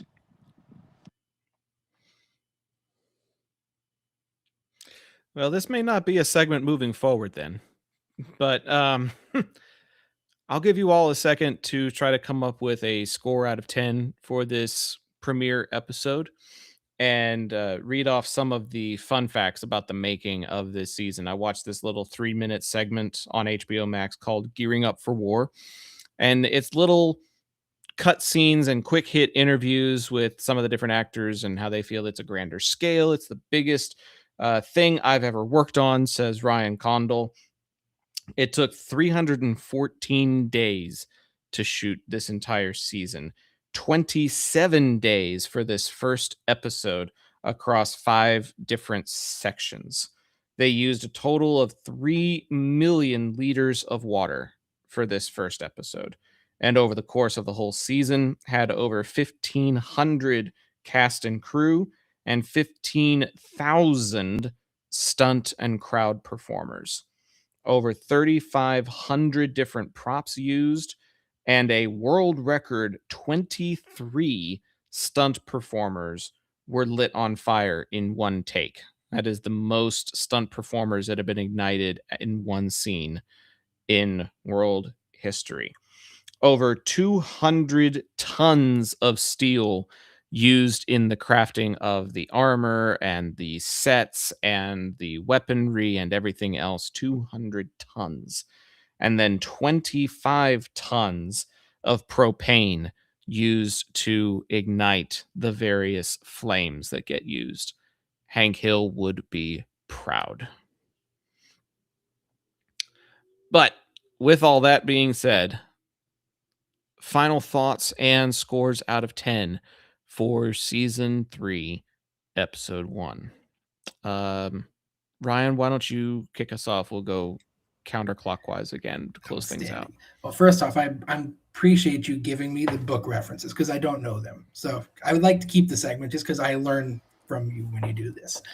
Final thoughts. Again, I thought it was a good episode. It was one of the better House of Dragon episodes that I believe over the course of the season. You know, it doesn't quite stack up with the best battle episodes across the spectrum of the show. Again, at the end of the day, my final thoughts, I stand with, I thought the episode was too busy. There was a couple bits that they could have cut out and focused more on the battle. I think my final score would be a 8.0. I thought it was a really solid episode, but it just didn't quite stick the landing for me. That's fair. Very fair. Dustin, how about you? Final thoughts and score out of 10. Yeah, I I've consumed this show a little bit different than you guys. I've been a fan of Westeros, and you guys have been doing this for a long time. So, I feel like I'm kind of a little bit different of a fan. And the way I've watched the show has maybe adjusted, recency bias, and having watched all of it. And I didn't get to talk really much, but season 2, when I was talking to Sean about this, like season 1 was incredible. Season 2 was still good, but it was a step back. So seeing this, it was kind of like, wow, I've been waiting for this. So I think that's why I'm a little higher on this episode. After hearing your guys's comments about it, I definitely can understand some of your gripes with it, like some of your things where you're like, okay, and I agree with that. But for me, watching it and for what it was, I really enjoyed it. I like some of the character moments. The battles did jump around, but the scope of what they were trying to show and some of the cinematography and some of the revelations, some of the things that happened, I probably give this episode like a 9.25. I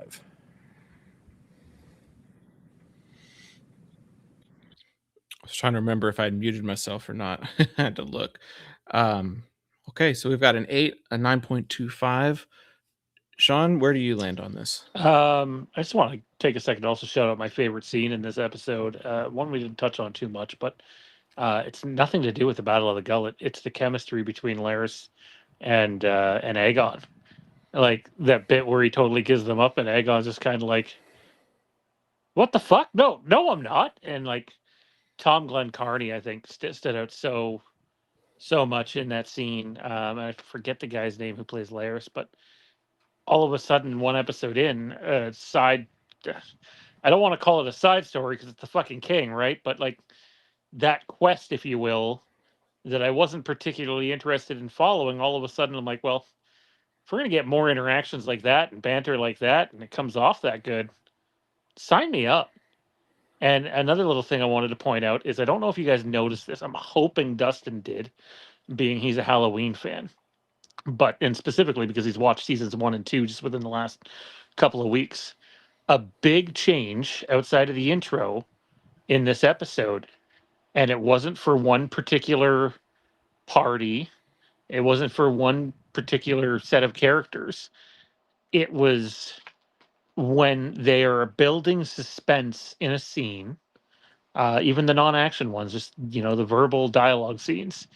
They made a choice to go with this very dark and ominous yet heavy background synth in it that feels right out of like Halloween 2 or Halloween 3 or even a couple of the Bo Burnham tracks from his Inside special.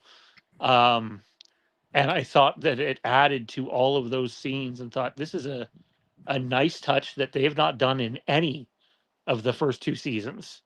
And I really, really enjoyed that. That being said, I have a lot of the same gripes of this episode that Zach has. And part of it was expectations, right? Like mine were over the moon. And it's a really good episode. It might even be a great episode. But in comparison to a lot of the Miguel Sapochnik heavy episodes from Thrones, I don't think it adds up. So for me, I know there's a lot of people giving this thing a 10. I'm going to go with 8.8 and say I think that's fair. Unfortunately, the 1.2 it didn't get was super glaring. See, I'm so used to comprehensive episodes. I'm so used to them being complete achievements on every level. And like I said, I didn't have any qualms really with the acting. I didn't have any qualms with some of the visuals or the practical effects or the action, pieces. Even some of the cringeworthy elements were necessary incorporations. But there are some other things that, like you said, are just glaring. And maybe I need to go back and watch the original Game of Thrones series so that I can find out what is glaring and what's not. Maybe there's some recency bias to it, and I'm thinking nostalgically of some classic episodes from the original series. But as good as this episode is, it's probably, we did that episode not too long ago about like what our top 5 episodes are. This would probably be in my top 5 episodes at this point of this series. But in top 5 of Game of Thrones, period, not even close. So I think I need to put it somewhere that is like probably closer to Ryan than anywhere else. Like it's probably an 8 out of 10 for me. It's got some good things going for it, but I don't think it's even close to being worthy of a 9, let alone being worthy of a 10. So that'll be something to see over time and see if maybe my opinion changes. On IMDb, it's currently got a 9.4 with 20,000 reviews, which is the highest rated episode of the series. There are 2 episodes in season 1 that are rated 9.3, and this one is 9.4. Over on Rotten Tomatoes, reviewers are giving the first 4 episodes that they have seen an 88 out of 100. The fan popcorn meter for this first episode, because that's all that they've seen, is resting at 68%. So a lot of reviewers are saying good things about it. A lot of people on IMDb are saying good things about it, but the popcorn meter is below 70, which is not something that you see very often on shows like Game of Thrones. So kind of interesting to see where the popularity, where the turnout is, depending on what site you're looking at. But yeah, for me, probably closer to a ballpark of 8 out of 10. I think that's solid and in the ballpark. But when you think of Hard Home being in the 9s, Battle of the Bastards being 9.9, and 8 is still pretty far off from some of those classics that you think of when you think of Game of Thrones. I think the one thing it did for me, I know we're getting ready to wrap the House of the Dragon portion here, but is I think it resets my expectations for what this creative team is capable of doing in terms of big battle episodes. Still think it's good. I still think it's entertaining. I just don't think we should be expecting Miguel Sapochnik level things with him not there. So I will still say this. I found that I honestly think that when you look at it, I really like the Night of the Seven Kingdoms, but I probably like this episode more than any episode in Night of the Seven Kingdoms. And I like the Night of the Seven Kingdoms a lot. I think it's just all about level of expectation, right? Like, I still think it's some of the best shit that you will see on TV or even on the big screen right now. But man, when you set a bar like Hard Home, Beyond the Wall, Battle of the Bastards, Battle of Blackwater, The Long Night, like, I'm about to say, even The Long Night, I love The Long Night. I think that it should have been made in a way that was good for everybody's TV and not just high quality TVs. But yeah, I don't know if we're gonna get that level of stuff from this show. But then again, who knows? We might see 4 or 5 dragons in the sky at once all battling, and that'll obviously have to be fairly CG heavy. But even that, they try to use a lot of motion capture with their dragon riding thing, right? So um I for me, I've readjusted my level of expectation, but it's certainly not the level of some of those high end Game of Thrones episodes that you said, Zach.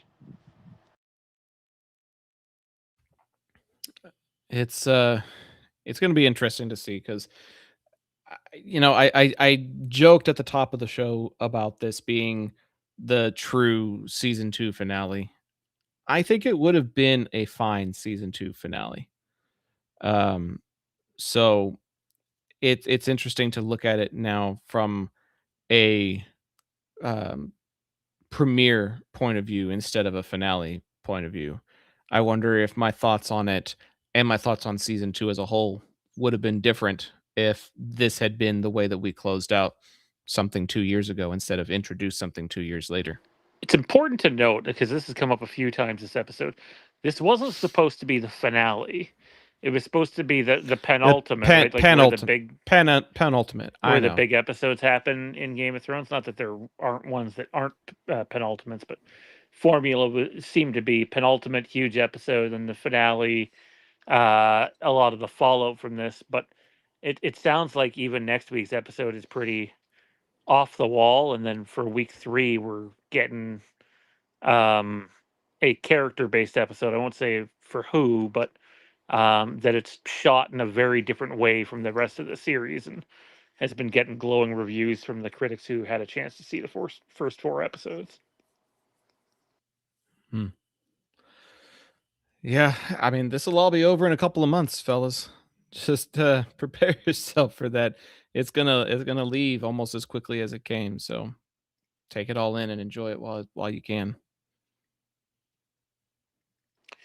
All right. Well, I think that will wrap us on our House of the Dragon stuff tonight.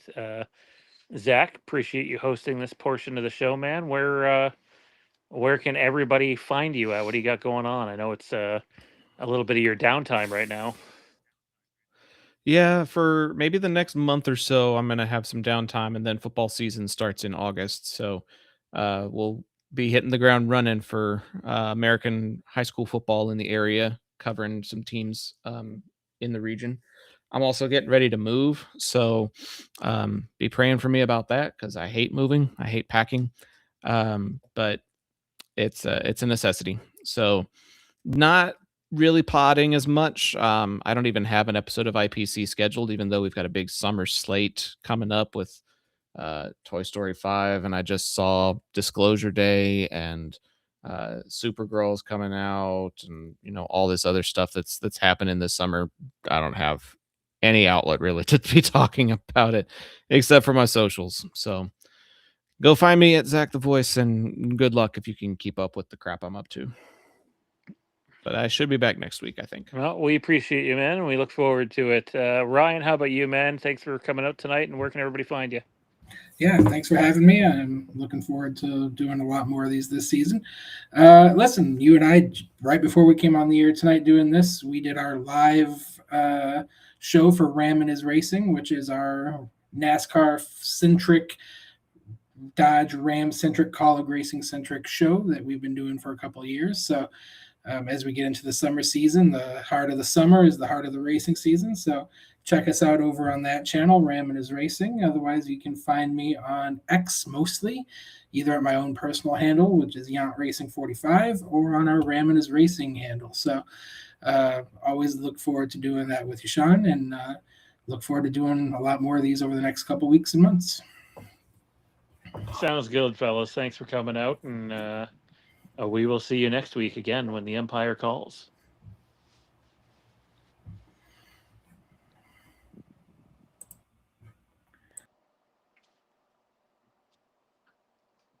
Butterfingers. Sorry. All right. As we enter the last 15 minutes or so of this episode, I do want to address a super chat that came up earlier in the show. I don't know if I can highlight it this much later. I will try. Bear with me here. I remember the question, but all right. Adam says, when do you think we will get a new Friday the 13th movie? The short answer for me is I don't know. I think you will get a Jason Voorhees centric movie. But whether that movie will be titled Friday the 13th or not is another story. I would not be shocked if in the next 2 or 3 years you have a Jason centric movie. But again, the odds of it being titled Friday the 13th may not be good. Dustin? Yeah, I mean, just from what we've seen with the rights issues and everything that went through, they don't have the rights to Friday the 13th. I think, there was at the Jason Universe owns the rights to certain characters. It's been a nightmare, right? It's been back and forth on the rights and who owns what and who can use what. But we saw that Angry Apple Orchard thing that, if you want to call it a proof of concept or some kind of short, It was something, all right. It was something. I think you will see something in the next 2 or 3 years with Jason. But no, I don't think we're going to see Friday the 13th. And when we have the show coming sooner rather than later, I think that's going to be your best next fix you're going to get for the Friday the 13th franchise for a little while. Yeah, Crystal Lake is coming, and that's not even Friday the 13th.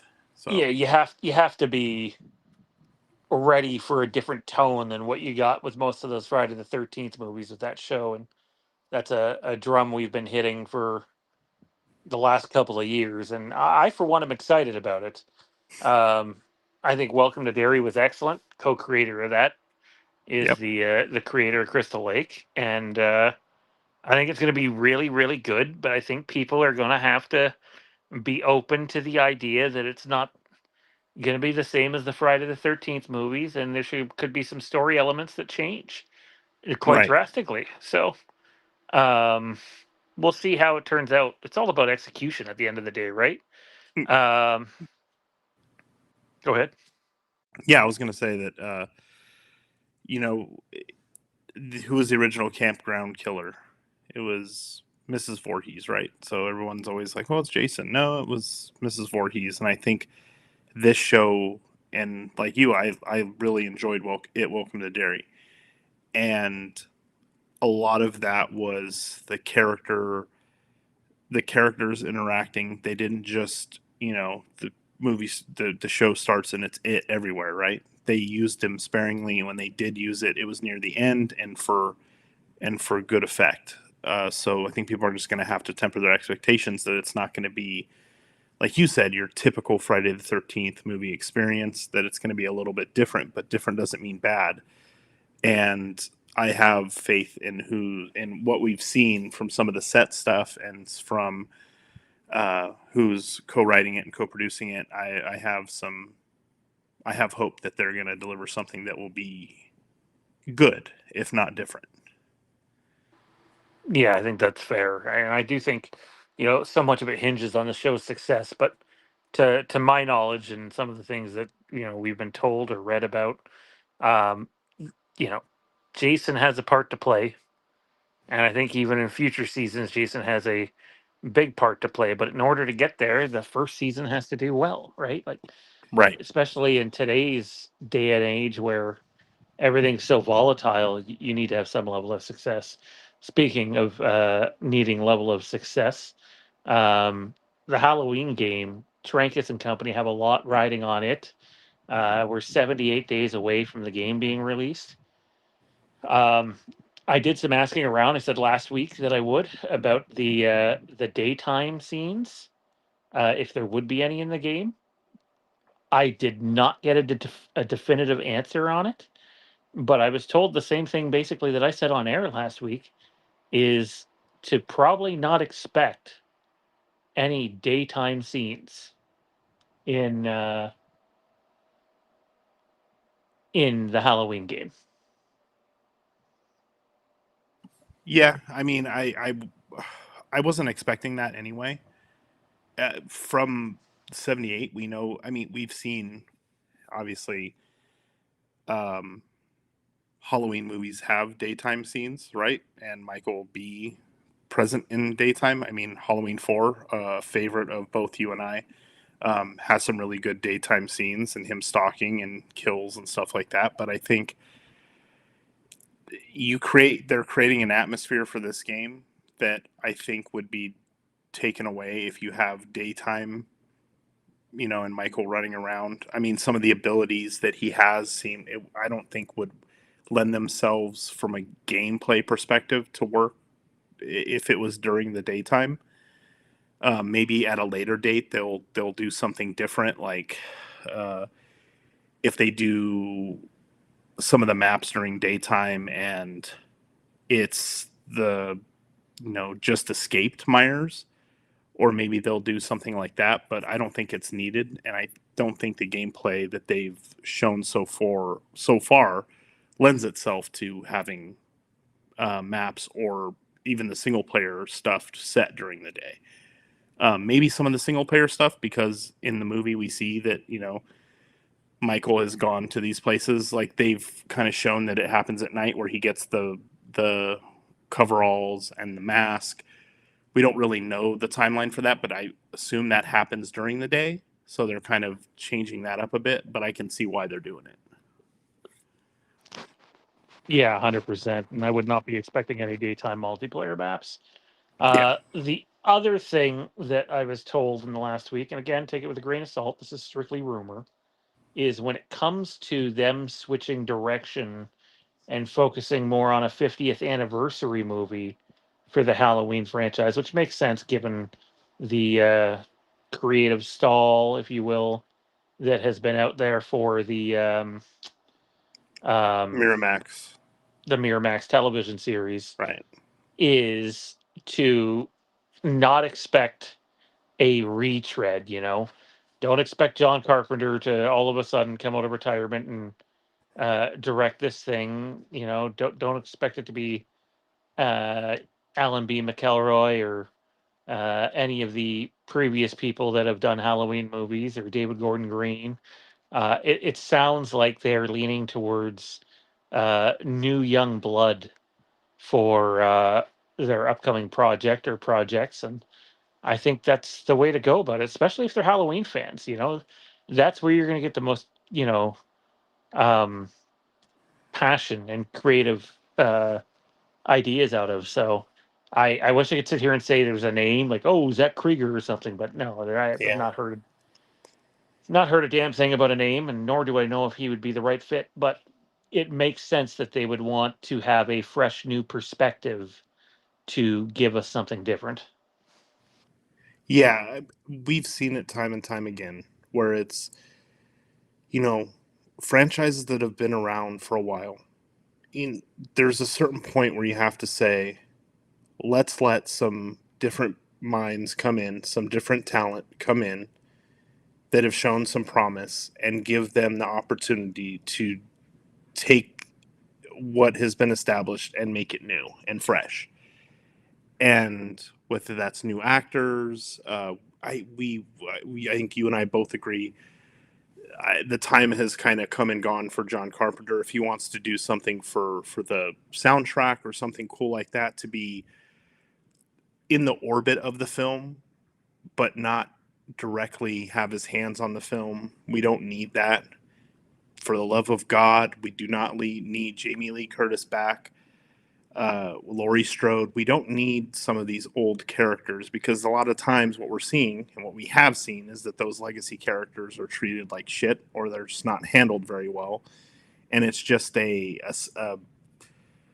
marketing tool to get people in to see a movie. Oh, Jamie Lee Curtis is in it. It's Laurie Strode. You know, to be fair, in 2018, she did have stuff to do, but we don't need it anymore. It's that time has come and gone. I think for some series like Star Wars, Halloween, get some new blood in there, get some new perspective, get some interesting takes, and then see what they can come up with. And maybe that'll start, whether it's it's a Halloween movie. It doesn't have to be Gone with the Wind. There's a lot of avenues that someone could come in and pitch an idea and say, hey, this is my idea for what we do. And maybe that reinvigorates the franchise and starts a series or a trilogy or whatever it is. As you saw, I know we're probably not going to talk about Star Wars, but the stuff with the whole, everything has to be a cinematic universe now. It's like, no, we don't need to have 3 or 4 movies that are all tied together. If you have an interesting take, make that movie. And then if someone else wants to do something, so be it. Not opposed to having a trilogy, but I think it's time to go in a different direction. I think that's a good thing. Yeah, I do agree. Jamie Lee Curtis to put butts in seats, but we don't need to see it again. There's enough Jamie Lee Curtis Halloween movies that you can go watch those. I don't think having Jamie Lee Curtis come back would not put it where the David Gordon Green trilogy was. It's diminishing returns, right? So, Yep. it's time to move on. It's time to rip that Band-Aid off. We don't need it. Ugh, so many stomach twisting things when thinking about just the mere idea of her being back again. The trauma, it But brings you lots of trauma. the trauma, yeah. The trauma. And then on the Star Wars front, I will say I do think they're going, according to Jeff Snyder, anyways, back to the movies need to be connected. And I think I do agree with that. I think with the TV series stuff, you can take some chances and go in different routes. But I think when it comes to cinematic releases for the sake of marketing, you really need to be on the same page with what you're doing and telling a cohesive story. And I think it begins next year with Starfighter, and Starfighter is going to lead into what we believe is episodes 10, 11, and 12. And then maybe after that, you go another direction. Lost you there. But You there? you still got, yeah, I'm here. You got me? We've lost audio. Can the chat tell me if they can hear me or Dustin? Dustin's clearly having issues hearing me. Maybe Joel or Adam in the chat can let me know if they're hearing me, or if they're just hearing Dustin, or if they're hearing both of us, or what. That'd be appreciated. But I will. Oh, Dustin disappeared. Oh, now he's back. You got me now? Hello? Weird. I don't know what's going on.